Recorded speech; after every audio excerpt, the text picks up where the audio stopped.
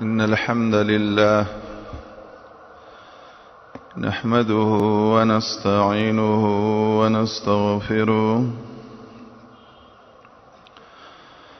ونعوذ بالله من شرور أنفسنا ومن سيئات أعمالنا من يهده الله فلا مضل له ومن يضلل فلا هادي له وأشهد أن لا إله إلا الله وأشهد أن محمدا عبده ورسوله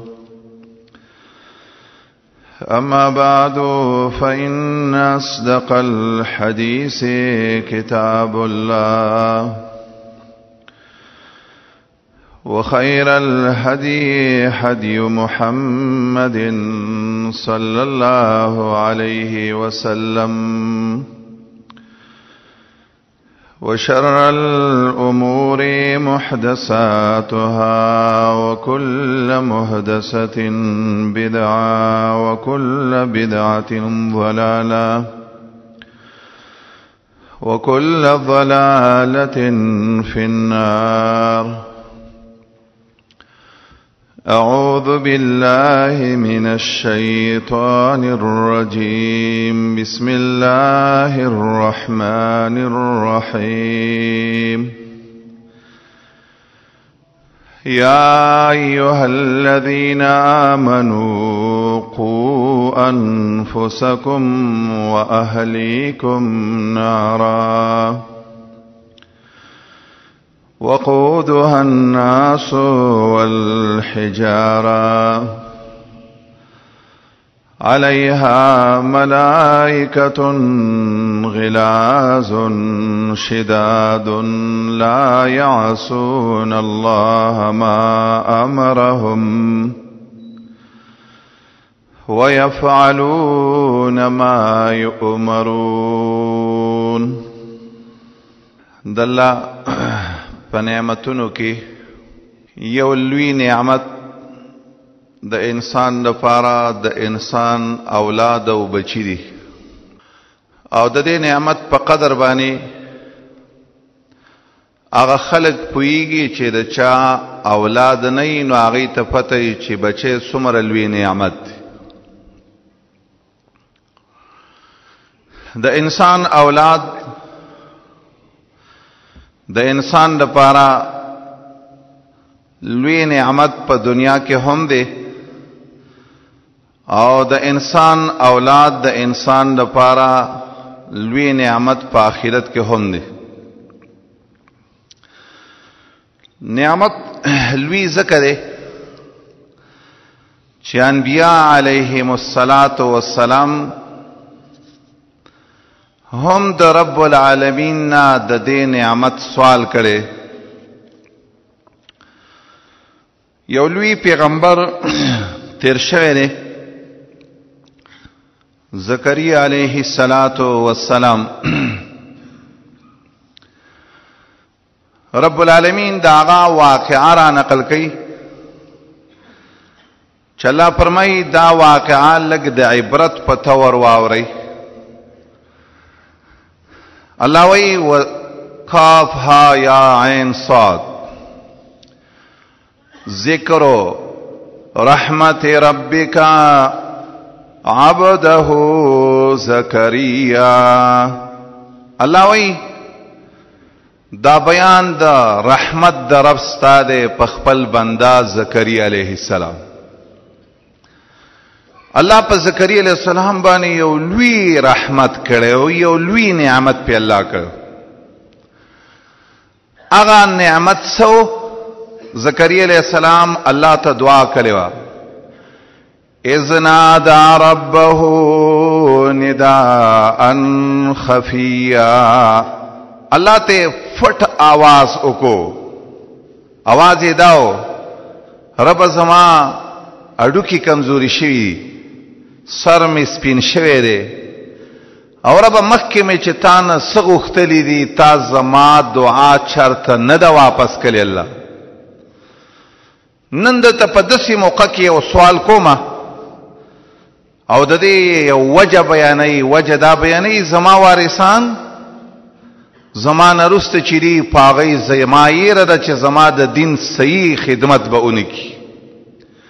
خو هر څه چې دي رب العالمین ته یو سوال کوي. آخري جمله دا ده فهب لي من لدنك وليا. یا الله د خپل طرف نه راله یو وارث راکه. بس یو بچی د نه غواړم خو چې غواړم الله د دې دپاره نه غواړم چې د دنیا پلانکۍ ډیګري به حاصله کړي بلکې سوال د دې دپاره کوم یرثنی ویرث من آل یعقوب وجعله ربی رضیا.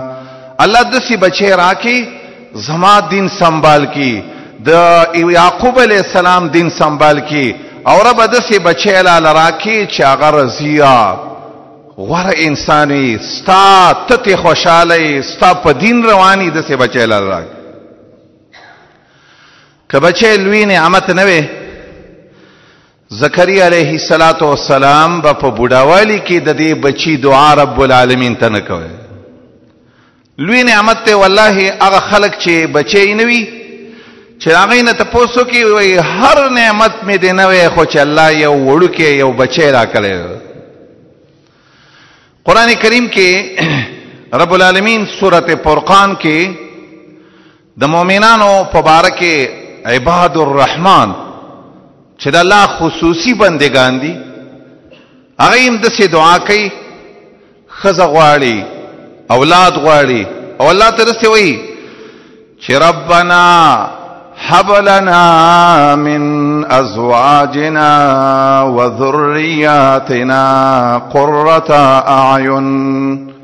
یا الله داسې ښځې راکې یا الله داسې بچی راکې چې رب العالمین زما د سترګو یخوالي ذریعه جوړ شي. او بیا الله ته یو سوال کوي زما بچی الله مؤمنان د رب مهربان ذات بندگان داسې دعا کوي چې الله وجعلنا للمتقین اماما. زما دا بچی نیک عمله کې او ما یې مشر کې داسې بچی د رب العالمین غواړم. نن ان شاء الله موضوع چې څومره تاسو پوه شوي وئ دا موضوع ډیره اهم اگر که زمونږ ذهن کې دې خبرې ته ډیره موده فکر نه و. بچی د اولاد او بچی د الله لوی نعمت دی خو د دې تربیت د دې پرورش دام د انسان یو اهمه فریضه ده. بعضې سلف علماو یو خبره کړې ده او دای د قرآن نه رایستلې خبره چې د قیامت ورځ راشي رب العالمین با د پلار نم تپوس کوي د بچی نه بم تپوس کوي. پلار نه به تپوس د څه شي کوي د دې خبرې تپوس به کوي چې پلاره تا د خپل بچی څنګه تربیت کړو تا ته د الله دین ښودلی او که دې ورته نه ښودلی تا د خپل بچی ته ایمان ښودلی او که نه تا د قرآن او د حدیث د لاندې تربیت کړی او که نه نفس په بچو په راوړلو پیدلی بس. او بیا په دویمه درجه کې به رب العالمین د بچی نه تپوس کوي چې تا د خپل بابا او ابی سره احسان او د هغوی طاعت دې کړی دی که نه. خدا خبره په ذهن کې کېده وه چې رب العالمین اول دا خبره به د قیامت په ورځ تپوس کوي پلاره تا بچی ته کم څه ښودلی و تا ورته کم ادب ورښودی.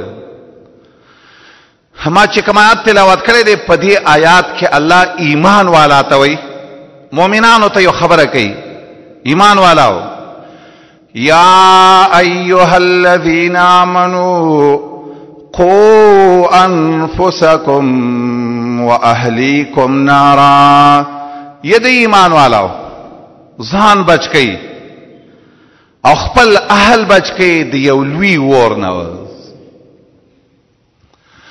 الله تعالی فرمای اول خدا خبره ده د ټولو نه د خپل ځان تربیت ده خو مخکې خبره ده دا ډیره ظاهره ده.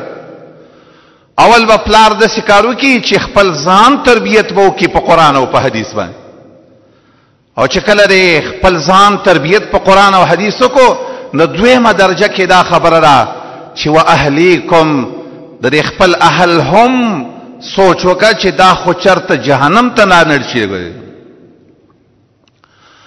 ځان اصلاح کول، د ځان تربیت کول د باندې فرض دي. نو دارنګه دویمه خبره ده نه چې ستا د اهل پتا باندې هم د دې تربیت کول پتا فرض دي. د دې آیات په تفسیر کې علی ابن ابي طالب وایي خپل بچو بچ کې خپل بچي خپل اهل بچ کې څنګه بچ کې؟ علموهم وادبوهم، د خپل بچو ته قرآن او حدیث وښوئ، د خپل بچو ته ادب ورښوئ، د خپل بچی په ادب باندې پوهه کوي چې ادب ستوي، تعلیم ستوي. حسن بصری نم دغه شان تنقل لغوي ادبوهم وعلموهم خیرا، د خپل بچو له ادب ورکوي، د خپل اولاد له تربیت ورکوي، خیر ورته وښوئ چې ستا د بچی ته څه زده کول غواړي. او دې باب کې هغه صحیح حدیث دی امام بخاری راوړی دی، او دا حدیث صحیح دی او خود خلکو والله اعلم دی خبره ته فکر نشتا. دا الله نبی صحیح حدیث کې راغلی د عبد الله ابن عمر نه نقل دی، محمد رسول الله فرمایي صلی الله علیه وسلم دسی وی کلکم راع وکلکم مسئول عن رعیته، هر یو انسان مشر دی او د هر یو مشر نه به د خپلو کشرانو تپوس کیدی. دی خبرې ته لږ سوچ وکړه، دا خبره چا کړې؟ محمد رسول الله کړې، د الله نبی داسې خبره کړې ده. والله د قیامت په ورځ به ستا د بچي د هر قول او فعل تپوس کیږي، ستا د بچي د هر څه تپوس به نه کیږي چې تا د خپل بچي ته څنګه. نبی صلی الله علیه وسلم یې لږ وضاحت کوي، فالامیر راع على الناس وهو مسؤول عن رعیته. امیر د ملک مشر، حاکم وقت، د ټولو خلکو مشر دی، او د دې تپوس به رب العالمین د قیامت په ورځ باندې کوي. تا د خپل رعیت څنګه خیال ساتلو؟ تا د خپل رعیت په باره کې څنګه د خپل خدای خبره واوري؟ منګ ته پیغمبر داسې خبره نه ده کړې چې څوک په دین روان یا چې ګنې ته د حاکم وقت پسې ورپاسېږه او د هغه خلاف شروع کوه، په هغه پسې کنځلې ورځې پرې د دې په د قیامت ورځ را روانه ده. ستا رب به ترې د دې تپوس کوي چې ولې دې دا ظلمونه کول؟ د دې خبره رب العالمین ته پرېږدوله. زمونږ په دې اوس وخت کې بعضې خلک های احتجاج دی، لکه په څه باندې احتجاج دی؟ والله دا خبره موږ د غلطو خلکو د ظالمانو ملګرتیا هم نه کوو، دا خبره په خپل ځای ده، خو بیرته دې خبرې ته هم کتل غواړي چې موږ ته شریعت په دې باب کې څه وایي. په دې باب کې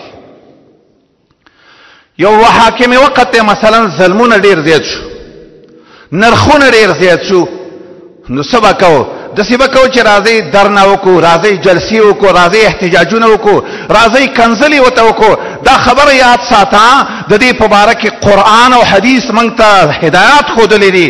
هدایات داسې دي چې د قیامت ورځ راغله محمد رسول الله فرمایي د دې تپوس به د قیامت په ورځ رب العالمین کوي. دا کار ستا نه دی چې ته ورته دا خبره وکړې. بعضې ناپوهه خلک وایي نه، وایي حق کلمه د ظالم دا د حق کلمه نه ده، دا د باطل کلمه ده چې ته د نرخونو په باره کې د بادشاهي وقت سره خلاف کې لګ، دا د حق کلمه نه ده. او د حق کلمه مثلا مخکې نه، مثلا چې کله دلته مثلا 3GB مثلا دغه لګاو، په هغه وخت کې د جلسه او احتجاج ولې نه کوو چې دا کار ناروا دی.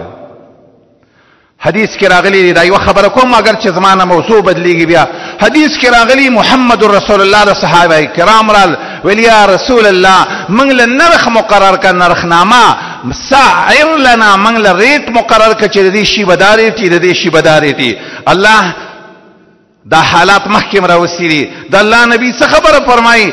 ان الله هو المسعر، دا ریټ لګول او ګرانول ارزانول دا د رب العالمین کار دی، د دې د حاکمانو د وقت سره څه تعلق نشته. والله چې الله نبی و خبره وکړي کړه ټول دنیا بل طرف ته خبره کوي دا ستا خبره دروغ ده چې د دې تعلق د باچا سره دی بلکې دې خبره ته وګوره قرآن کې رب العالمین یو بل شان خبره کوي ظهر الفساد فی البر والبحر بما کسبت ایدی الناس لیذیقهم بعض الذی عملوا رب العالمین فرمایي پوچ او په دریاب کې چې څومره نقصانات او فسادات کار شوي دي دا د انسانانو د اعمالو جزا ده د دې حاکمانو د وقت سره هیڅ تعلق نشته خبره مې دې پورې کوله په دې صحیح حدیث کې راغلی محمد رسول الله فرمایي حاکم وقت نه به الله تپوس کوي بس حضرت اولوی مصداق عمر بن الخطاب رضی الله تعالی عنہ دام د ملک حاکم پاتې شو عمر به یو خبره کوله دا خبره به ویله عمر به ویلي زما د رب العالمین قسمی زما په حکومت کې کده دجلی د سین د پاسه یو سپی روان وي او د تندې نه مړ شوم د قیامت پر ورځ به رب زمانه تپوس کوي چې دا ولې د تندې نه مړ کېدو د دې جواب به عمر ورکوي ویل د دې جواب ولې زه ته چې دې خبره ته سوچ کې چې ته د ملک مشري غواړې نو بیرته دې خبره ته هم سوچ کې د هر یو کس تپوس بستانه کیږي دې ملک خلکو مونږ کاو کنه په دې کلی کې په دې وخت کې بازان کېده کنه دا جمعات آبادو کنه و آباد دا مدرسه آباد و کنه ستانه به اول د دې خبره ته پوس کیږي حاکم وقتا دې خبره ته انتظار کوا چې کله د قیامت ورځ راشي ستاره بتانه ته پوس کوي ما تعالی چې دا مشري درکړې و د دې لپاره مینه درکو چې د خلکو سره ظلمونه وکبل کې دې لپاره چې ته ارچا خپل حق ورسوا ځکه به سلفو صحابه کرام او تابعینو هغه به د دې خبرې نه ډېر ځان ساتو مشري مکه عبد الله ابن عمر ته عثمان ویلی راځه چې مشري دل درګ هغه ته ویل امیر المؤمنین سوال لته کوم ما معاف کوي لکه ولی معاف ک ولی نه مشري غلط کار دی ستاپلار ولی مشري کولا هغه ته وی زما پلار ته کوم خبره ګرانه شولا هغه ته د رسول الله سنت معلومو هغه ته خبره په دې لحاظ سره زبنن د چانه ته پوسوکم د دې د وجنه هغه ته به وی سید مشري ماخله خو بل چاته موایا چې دا مشري دومره غلط شی دی لګي نو اوله خبردار چې د هر مشر نه به د کشرانو د ټول قوم به ته پوس کی هغه کې دا خبره نه ده رعیت کې انسانان په رعیت کې زناور سپین پکې راځي چې د دې ته پوس مونته د قیامت په ورځ باندې کوي رب العالمین عمر بویلی ظلم دې سی غواړي چې هر ورځ دا شم کوله چې خسته خوراک وکم نوې کپڑے خو قران نه ایریګما چې د قیامت ورځ راشي رب العالمین راتوي اذهبتم طیباتکم فی الحیات تاخذ دنیا مزید په دنیا کې ختمه کړي حکومت وکړو دا دولس یا لس کاله حکومت وکړو خو چې کله د دنیا نه تلې دي یو روپۍ مو سره نه بلکې په دبانې د پاسه قرضونه دي خو دویمه خبره نبی صلی الله علیه وسلم فرمایي دا خبرم یاد وساتئ چې والرجل راع في بيته هو امرأة الرجل راعية في بيته وولده وهي مسؤولة عنها سړی د کور مشر دی او د کور ښځه دا د کور مشره او د کور د سړی د کور په باره کې او د سړی د ټول اولاد په باره کې به د دې ښځې نه تپوس کېږي تا د دې سړی د اولاد څنګه تربیت کړی و دا خبره سړیا دا خبره یاد ساته ستانه بم ته پوس کی ستاده د خزینه بم ته پوس کی سړیا تا د خپل بچی څنګه تربیت کړو زمونږه د بچو تربیت څه بوایو بس نبی یو عالم بیان کاو ډیر عجیب تکیوا ول قیامت پر ورځ باندې با نبی صلی الله علیه وسلم وی زب پتا سو فخر کوما چې زما امت دومره ډیر دی خو والله نبی صلی الله علیه وسلم بچی په دې خلکو فخر کوي چې دا هغه د محمد رسول الله د یو دین نه نه خبر د الله د یو دین نه بلکې د خلکو نه چرسیان یورونیان دا مختلفو نشو والا جوړ شوی دي آیا د الله نبی په دې خلکو فخر کوي دا د فخر ذریعہ به نه جوړیږي هغه بچي هغه اولاد د فخر د پاره ذریعہ جوړیږي چې هغه خود الله په دین رواني کوي سړیتانه بده دې ته پوس کیږي بس تبه د بچی د هر عمل جواب ورکړي د قیامت پورز ستاره بچی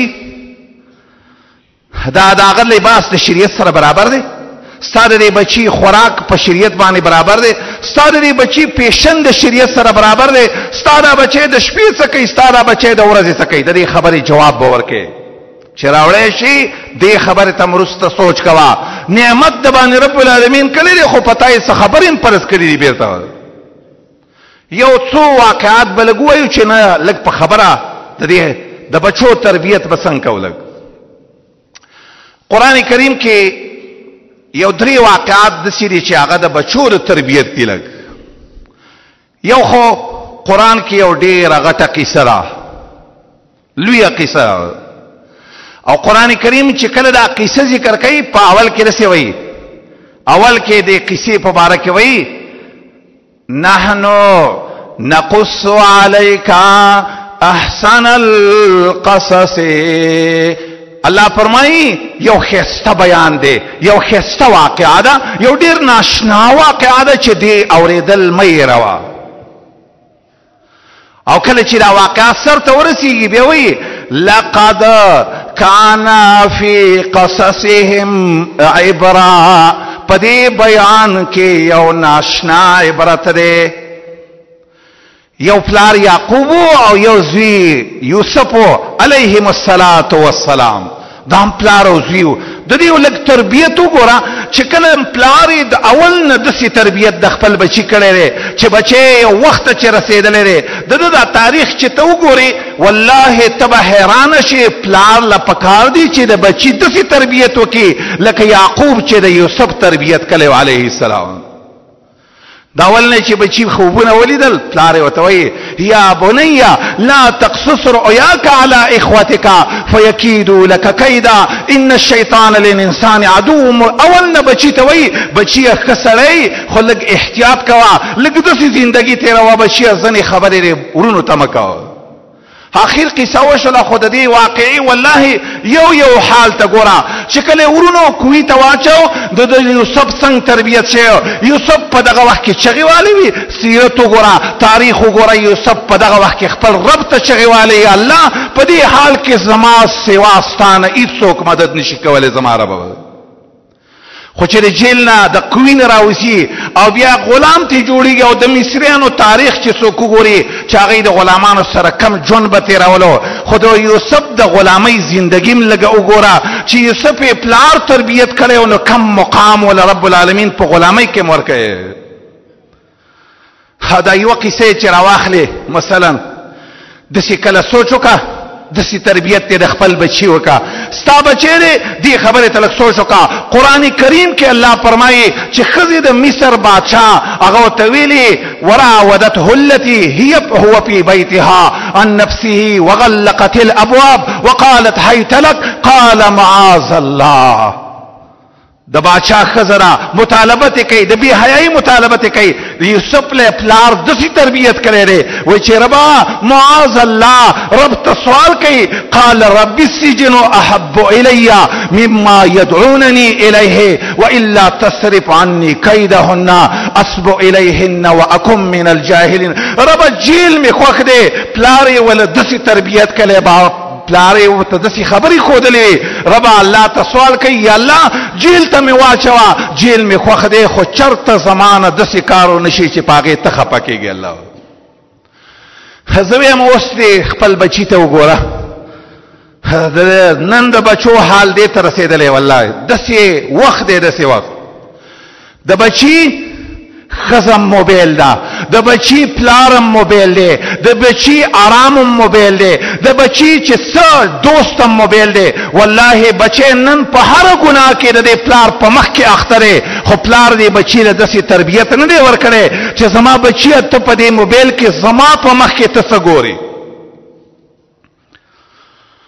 ستا دا بچی چې دغسې بې حیایي کارونه کوي، تا ته دا حدیث نه دی معلوم، تا ته دا خبر نه ده معلومه چې محمد رسول الله رسول فرمایي ته د کور مشري والله ستا د دې مشرۍ د وجه نه ستا د دې بچي به نه خامخا تپوس کړي. او دا خبره یوازې د پلار نه ده بلکې په دغه صحیح حدیث کې داسې راغلي محمد رسول الله فرمایي ښځه د سړي چې ده چې د ماشوم مور ده د هغې نه به د کور هم تپوس کېږي چې د کور خرچه، د کور سامان، د کور اشیا دې څنګه استعمال کړي. خو د دې سره سره د دې تپوس باندې کېږي چې د دې سړي د بچو تربیت دې څنګه کړو. دا خو ستا اولنۍ غېږه وه، دا ستا اولنۍ مدرسه وه، ستا د دې بچي څنګه کم طرف ته دې وله ذهن جوړ کړی. یو خو زمونږ صحابیات یې هغې د خپلو بچو څه تربیت کړی. ام سلیم فرمایي، ام سلیم دا صحیح روایات او آثارو کې راځي، د ام سلیم خاوند چې و دا کافر و، مالک نومې و. د خپل خاوند په مخ کې خپل بچی ته وایي یا بنیا قل لا اله الا الله، بچوړي لا اله الا الله وایا. ښځې ورته وایي، خاوند یې ورته وایي ښځې زما بچی مه خرابوه، ښځې ورته وایي نه خرابومه، دته دین یې زده کومه، دته ایمان. نن چې انس ما او تا په رضی الله عنه سره یادو، ما او تا چې نن داسې دعاګانې ولکو، دا د چا د تربیت ته وجه نه، دا د خپلې ابۍ د تربیت ته وجه نه کلمه ورته نصیب شوې وه.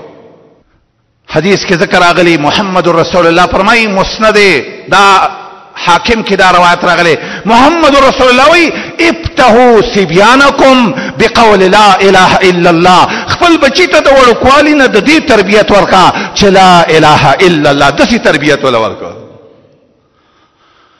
خو خبره مې په دې پورې کوله د یوسف څنګه تربیت شو، دا چا دا تربیت کړو، د پلار داسې تربیت کړو. دا قرآن ګواره په دې خبره چې بچی ته د وخت نه داسې آداب ښودلی.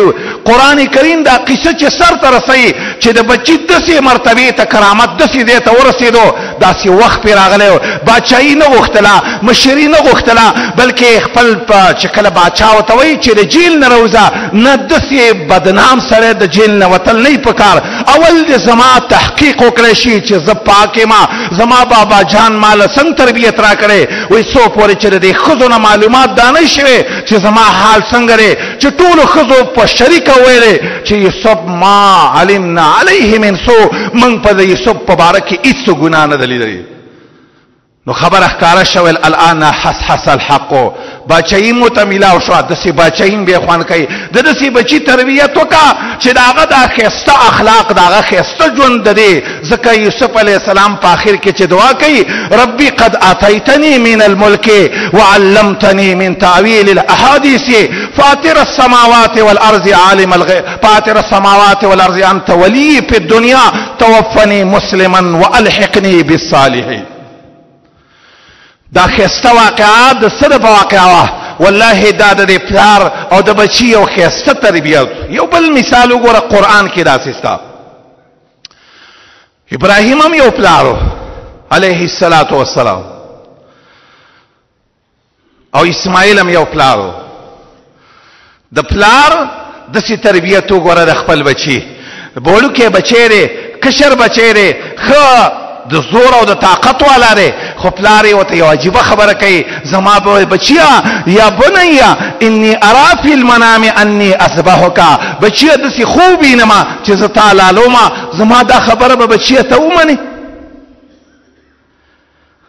دا قصه قرآن د څه دپاره کوي؟ داسې د بدرۍ او د سیف الملوک قصه کوي، والله دا د دې دپاره نه کوي.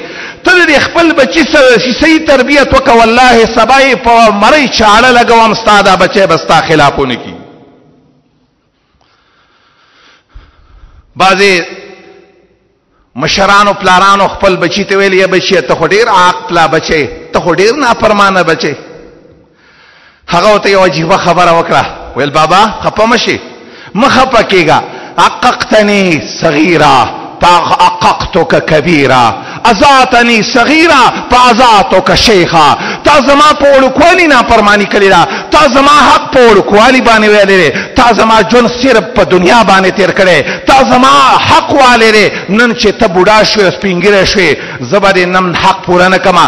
تا په وړوکوالي کې زه تباه کړی وم، تا صرف زه د دنیا په سوچ باندې تربیت زما کړی، نن به زه ستا په غټوالي کې څه تربیت وکړم او څه حق به دې ادا کړم. بچی چې کله پلار د بچی حق ادا نه کړي، نو دا تمه مه کوه. خو چې کله تربیت صحیح وکړي، داسې عجیبه غوندې واقعه ده. پلار یې ورته وایي بچوړیا الهلوم دي، داسې خوب وینمه، بچے وتسوي یا ابتی افعل ما تؤمر ستجدوني ان شاء الله من الصابرين. بابا چې د الله څخه حکم یا غوکا ما بتویني ان شاء الله زب په خبره کلک ولانه ما تختم دننه غني پټیګم دننه زما پلار چې سدي ویلا کتا میغاړی خو الله فرمای فلما اسلم وتله للجبين. عجیب واقعا چې راتیم لاو او خیر چړې لپاره تنظیم وکړه. الله فرمای आवाज وسو شو چې ابراهیم خوب د رښتیا شو. علما دلته یو خبره کوي هغه خبره د سیدا چې کله ابراهیم علیه السلام ته رب العالمین دا ویلو چې دا بچی دی حلال کا نو ابراهیم د خپل بچی نه ولې تپوس کوي. د دې ډېرې وجې خوجه دادا چې د بچی حالم معلوم شي کنه چې واځي ابراهیم د رب تابع نه دی بچی هم د سره د سیم شو کوله چې ناڅه په پیچاله راړولې خو د سینه کوله ولی دا حکم چې دی واځي د ابراهیم خبره نه ودای د زوی خبره ما چې پته خلکو ته ولګي چې ابراهیم د خپل بچی څنګه تربیت کوي. قران کریم کې یو بل واقعا ده هغه د دین عجيبه. حکیم سیو دی او ډاکټر سیو دی. الله ولا بچي ور کړی دی او الله ولا حکمت ور کړی ډیر لوی حکمت لوی ډاکټر زکو چې قران کریم رب العالمین د څه فرمایي ولقد آتینا لقمان الحکمه ان اشکر لله. الله وی ما یقینا لقمان لا تبع حکمت ور کړو خدا مې وته ویلو د الله شکر وباز.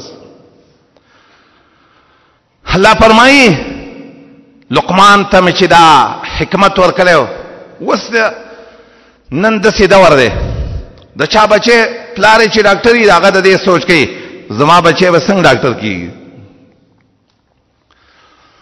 هغه د سينوي چې بچي علم ته به زده او سبب لري 1000 او 2000 روپۍ پیسې او په یو دغه باندې به دومره روپۍ د دې خبرې ولي وتنویلې. رب العالمین په قران کې یو خبره کوي یا ایمان ولو ولا تقتلوا اولادکم خشيه املاق نحن نرزقهم واياهم. بچی دی په دنیوي علمونو متبا کوا دنیا بچی دی هغه دین باندې ولې نه مشرب کې دا بچی په دین نه پویا کول او دنیا طرف ته دومره توجه کول والله دا د بچی قتل دی حقیقتا. ډیرو خلکو سوچ دی سبب دې څه خوري. الله فرمایي دا یری گما نحن نرزقهم واياكم تعالی صدر کوما دیلبا. رب العالمین خپل پیغمبر ته وی وامر اهلك بالصلاه واستبر عليها لا نسالك رزقا. د رزق ذمہواری دا د رب العالمین خبره ده ستا دا خبره نه ذمہواری نه ده. راشه کته ځان ته لوی ډاکټر وې ته یو لوی ډاکټر حال لګو ګوره چې هغه د خپل بچی څنګه تربیت کوي. په دې وخت کې چې سره سوچو کې والله اسی حیران بشي ته. هغه اقبال سے وہی یو خبره کوي ډېر عجیبه وی بتاؤ تم تو مسلمان بھی ہو. دا خبرې رسته خبره ده چې انګريزي تعلیم زده کول خدي او کبد دي اخر رسته خبره جایز دي نه جایز هغه رسته خبره دغه خلاف نه کوم ولي خلان دارا چې انګريزي تعلیم ام ای وکا پسې ام پیل وکا پسې اپل ولارشه خو دې اخري خلاصه دار چې نونې بری لګ غواړي بس. والله کده دین نور سا دا ستا یا په قبر کې راشي په کار راشي او یا د قیامت کې په کار راشي او یا بګنه رب العالمین ته وایي چې تا خو غټه ډیګري حاصله کړې زما مخې لراله لګ. د دې تپوس ته خو اول د سیوي چې زما د الله په کتابونو ایمان دی تا د خپل بچی ته چرته دا خبره کړې ده چې زما بچیا تا د قران څومره علم کړې. بلکې مونږ چې د خپل حال ته وګورو د خپل حال د خپل ژوند سره چوي چې کبچای د ماسپخیم ناغه زیاتی ټیم چې وته خلک وي اپالتو ټیم چې وته خلک وي هغه بچای چې مدرسې ته راولېږي نو کله بچي داغه لګ کارو داغه د وجنه خیر قاری سي مخه پکېږي هغه څه کار پسې مالې ګرو د الله نه ویریږي د قیامت ورځ را روانه ده تا یو ورځ د دې انګريزي تعلیم د پاره ولې خپل بچي باندې قضایي ونکړه او دې خبره تم لک سوچ وکا والله د دنیوي تعلیم د پاره د خپل بچي د کافرو ملک ته ورساو د تعالی تعلیم د پاره پلانکی ملک ته تللی دا آیا ستاد دی بچي دی آیات تری ولې سوچ نشتا چې یا ایها الذین آمنو قوا انفسکم واهلیکم نارا دی حدیث تری ولې سوچ نشتا چې پیغمبر وایي ستانه بستاد دی بچي د هر څه ته پوس کوم رب العالمین باندې دې ته پوس کوي چې ستا بچي څه ژوند تیراولګ د دې لپاره سود تم تیار دی د دې لپاره قرضونم ته تیار دی او دې خبره چې بچي ګیر او بریت چې د سړی او د ښځې فرق نشي کېدلی د دې تپوس هم د اوسه پورې د خپل بچي نه ونه کو چې بچي ته زما نارینه بچی او که ته زما ښځه بچی که بچی د 10 بجو پورې په کور کې بېلمازه پروتو د دې خبرې تپوس نشته ستا نبي او زما نبي څه وایي مرو اولادکم اذا بلغوا 7 سنین خپل بچي ته دې حکم وکړه چې دی مونځ نه کوي چې د 7 کالو نه امر ورته کوه پاڅېږه مانځه ته محمد رسول الله وایي او که 10 کالو ته ورسېدو واضربو علیها اذا بلغوا 10 چې 10 کالو ته دې ورسېدو بچي دې مونځ نه کوو نو به ووهه پې یو ډانګې دوی ووهه او ابن حزم وایي چې خبره د 10 کالو کې د والو ده نو چې د 10 نه هغه پلو شو بیا خبره د مرګ ده چې د 10 نه وروسته مونځ نه کوي کنه نو چې نه کوي بیا خو په دې سړی کافر کیږي لکه دا خبره په صحیح احادیثو کې راغلي چې محمد رسول الله فرمایي صلی الله علیه وسلم چې د الله نبی وایي بین العبد وبین الكفر الصلاه فمن تركها فقد كفر چې کله یو سړی ځوانۍ ته رسېدلی او دې بیا مونځ نه کوي محمد رسول الله فرمایي دا بچی کفر ته به ورسېدو باز نن دې خپل دا خبره یاد ساته دا ستا بچی تعالی لوی نعمت دی خو دې خپل بچی داسې تربیت ولې نه کوي لکه لقمان چې د خپل بچی تربیت کړی حجی لقمان الله حکمت ورکړی و هغه ویل دا حکمت د خپل کور نه شروع کول پکاري اول بچی ته څه وایي د لقمان پرې د تربیت طریقه د قرآن نه زده کا د تربیت طریقه د لقمان حکیم نه زده کا خپل بچی ته د ټولو نه اولنۍ دا خبره کوي یا بنیا لا تشرک بالله ان الشرک لظلم عظیم بچړیا لا تشرک یا بنی لا تشرک ان الشرک بچړیا شرک باندې کې اول د ټولو نه د خپل بچی عقیده د قرآن او حدیث سره برابر خدا خو به هغه څوک کی چې اول پلار خو قرآن او حدیث زده کړی کړ چې بچی راوړي نو دې خبره ته مسلمانی او ته خو مسلمانی د دې خبره اول ته پوسو کا توحید څه ته وایي ایمان څه ته وایي دې ته پوسو کا شرک څه ته وایي خپل بچی ته دې خبره خو د وخت نه د دې خبره خو نه وکا